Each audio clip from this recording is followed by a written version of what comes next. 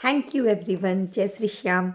तो दोस्तों, आज जैसे कि आप लोग जानते हैं कि मैं खुशबू अग्रवाल फ्रॉम नेपाल और मैं एक मोटिवेशनल स्पीकर हूँ। तो और आजकल जो है हम लोग सभी डिजिटल दुनिया से जुड़े हैं। हम कुछ ना कुछ डिजिटल दुनिया में पोस्ट करते रहते हैं, लेकिन पोस्ट करने से पहले क्या हम कभी उस पर विचार करते हैं कि ये पोस्ट जो मैं कर रहा हूँ या कर रही हूँ, उसका सामने वाला पर क्या क्या हो सकता है, क्या असर हो सकता है। बिना देखे हम कोई भी पोस्ट फॉरवर्ड कर देते हैं या बहुत सारी चीज़ें होती है। तो मुझे लगता है कि एक वर्ड जो होता है जिसको हम कहते हैं थिंक, तो कहते हैं ना कि बिना सोचे समझे कोई काम नहीं करना चाहिए। तो ठीक उसी प्रकार से थिंक वर्ड जो है आपको पोस्ट से भी पहले करना चाहिए, क्योंकि आपकी पोस्ट जो है ना वो आपकी पर्सनालिटी को दिखाती है। आपकी पोस्ट आपकी पॉजिटिविटी को दिखाती है। आपकी पोस्ट आपकी नॉलेज को दिखाती है। आपकी पोस्ट आपके सोचने का तरीका क्या है, आप किस तरह के व्यक्तित्व के इंसान हो, आपकी पूरी की पूरी पर्सनालिटी बयान करती है। क्योंकि आप सोशल मीडिया पर अपने आप को जिस तरीके से प्रेजेंस करते हो, लोग आपको उसी तरीके से जज करते हैं। तो आज हम जो है एक वर्ड थिंक को जो है कुछ शब्दों के द्वारा जो है जानने की कोशिश करते हैं। सबसे पहले अगर हम कोई पोस्ट कर रहे हैं तो हमको थिंक करना चाहिए। जहाँ पर थिंक में हमको पता है कि थिंक जो है वो 5 अल्फ़ाबेट से मिलके बना है, THINK।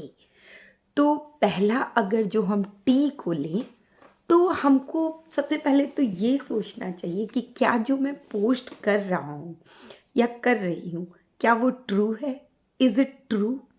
क्योंकि अगर वो सच है ही नहीं तो उसको पोस्ट करने का क्या फ़ायदा। उसको पोस्ट करके तो मैं खुद ही दुनिया के सामने जो हूँ एक झूठी पर्सनालिटी बन जाती हूँ। तो इसलिए सबसे पहले अगर हम कोई भी पोस्ट करते हैं तो हमको ध्यान देना चाहिए, इज़ इट ट्रू। अब अगर हम एच पर आएँ तो हम इस उसके बाद हमारा दूसरा दिमाग में कॉन्सेप्ट आना चाहिए, इज़ इट हेल्पफुल? क्या ये लोगों के लिए मददगार होगा? क्योंकि देखिए, हर इंसान अब अपनी ज़िंदगी में कब एक अच्छा इंसान बनता है या कब लोग जो है सामने वाले की रिस्पेक्ट करते हैं, जब आप कुछ भी दूसरे की ज़िंदगी में वैल्यू ऐड करते हो। और वैल्यू हम कैसे ऐड करेंगे? या तो एजुकेशनल या फिर मोटिवेशनल या फिर किसी की जो है किसी पोस्ट के द्वारा किसी को जो है कुछ जानकारी देकर, किसी को एंटरटेनमेंट करके। तो इस तरीके से क्या मेरी पोस्ट हेल्पफुल है, क्या दूसरों के लिए ये मददगार है? तो ये हमको ध्यान देना पड़ेगा। तभी जा कर के हम अगर पोस्ट करेंगे तो हमारी वैल्यू बढ़ेगी। इसके बाद अगर हम आई पर विचार करें तो क्या ये इंस्पायरिंग है? क्या किसी को ये इंस्पायर कर सकती है? क्या किसी की ज़िंदगी में ये बदलाव ला सकती है? और अगर बदलाव ला सकती है तो चाहे वो क्षणिक ही क्यों ना हो, किसी को दुख से निकाल दे या किसी को मुंह पे मुस्कुराहट ला दे या किसी को जो है किसी काम के लिए प्रेरित कर दे, तो मेरी पोस्ट का कोई वैल्यू होता है।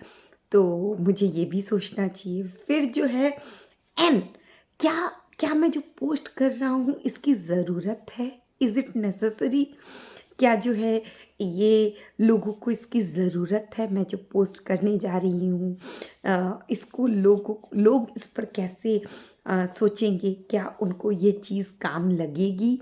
ऐसा सोच कर अगर हम पोस्ट डालते हैं तो हमारी पोस्ट का प्रभाव पड़ता है और लोग हमारी पर्सनालिटी को जज करते हैं कि हाँ, ये सामने वाला जो है ना हमारे लिए कुछ कर रहा है। और वैसी पोस्ट जो होती है ना वो आपकी एक पर्सनल ब्रांडिंग करती है।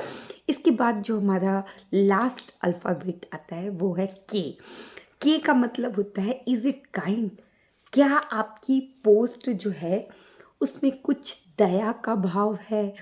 मतलब कहने के लिए उस पोस्ट को पढ़ करके किसी की ज़िंदगी में दया ऐड हो रही है या फिर आपकी जो पोस्ट है उसकी वजह से लोगों की ज़िंदगी में कुछ हेल्पफुलनेस आ रही है क्या, लोगों के अंदर जो है एक करुणा का सिंचन हो रहा है।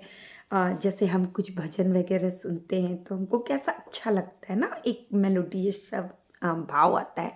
तो इस तरीके से ये 5 जो क्वेश्चन है ना, वो क्वेश्चन आपको अपने आप से पूछ के और तभी सोशल मीडिया पे कोई पोस्ट करना चाहिए।